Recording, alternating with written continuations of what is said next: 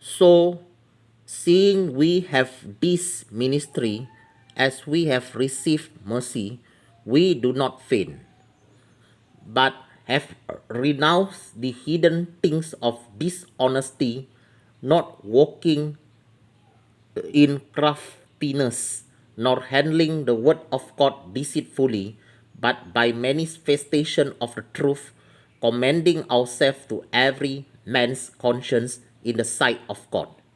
But if our gospel be hid, it is hid to them that are lost, in whom the God of this world has blinded the minds of them who do not believe, lest the light of the glorious of gospel of Christ, who is the image of God, should shine to them.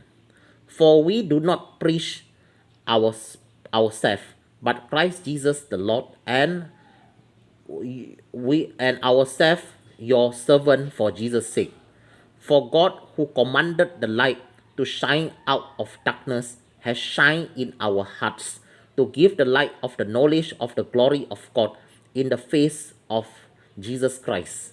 But we have this treasure in earthen vessels, that the excellency of the power may be of God and not of us. We are troubled on every side, yet not distressed. We are perplexed, but not in despair. Persecuted, but not forsaken. Cast down, but not destroyed. Always bearing about in the body the dying of the Lord Jesus, that the life also of Jesus might be made manifest in our body. For we who live are always delivered to death for Jesus' sake, that the life also of Jesus might be made manifest in our mortal flesh. So then death works in us, but life in you. We having the same spirit of faith, according as it is written, I believe, and so I have spoken. We also believe, and so speak, knowing that he who raised up the Lord Jesus shall raise up us also by Jesus, and shall present us with you. For all things are for your sakes, that the abundant grace might through the thanksgiving of many redound to the glory of God. For which cause we do not faint, but though our outward man perish, yet the inward man is renewed day by day. For our light affliction, which is but for a moment, works for us a far more exceeding and eternal weight of glory. While we look not at the things which are seen, but at the things which are not seen. For the things which are seen are temporal, but the things which are not seen are eternal.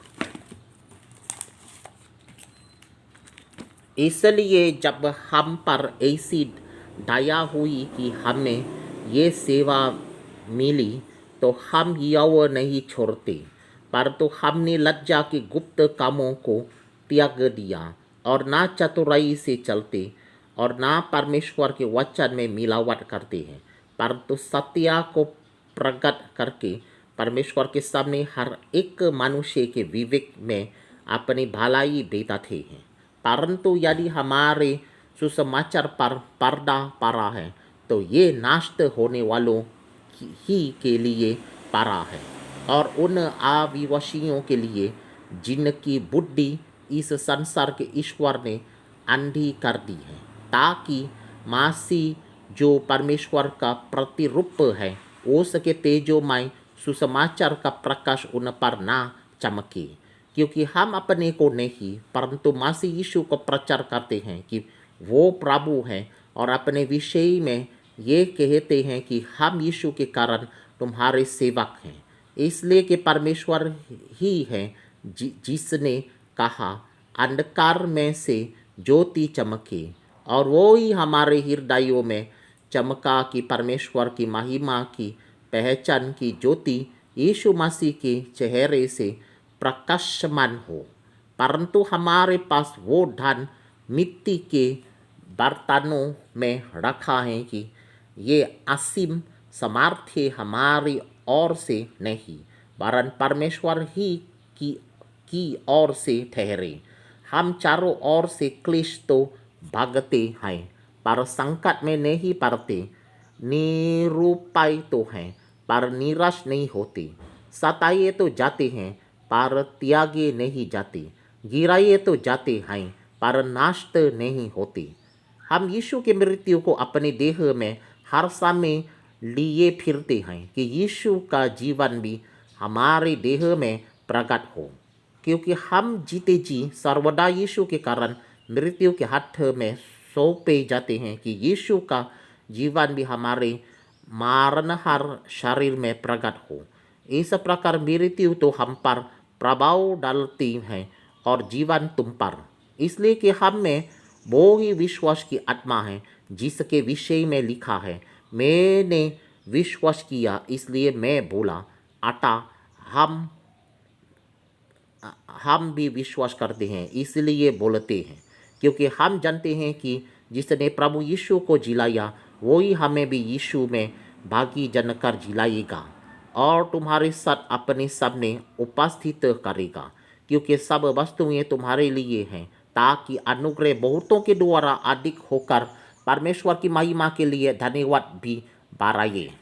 इसलिए हम हियाव नहीं छोड़ते, यद्यपि हमारा बाहरी मनुष्यत्व नष्ट होता जाता है तो भी हमारा भीतरी मनुष्यत्व दिन प्रतिदिन नया होता जाता है, क्योंकि हमारा फल बार का हल्का सा क्लेश हमारे लिए बहुत ही महत्वपूर्ण और अनंत महिमा उत्पन्न करता जाता है।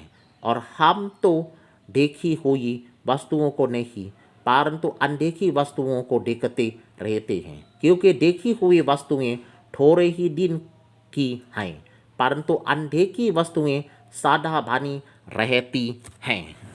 ऑलराइट।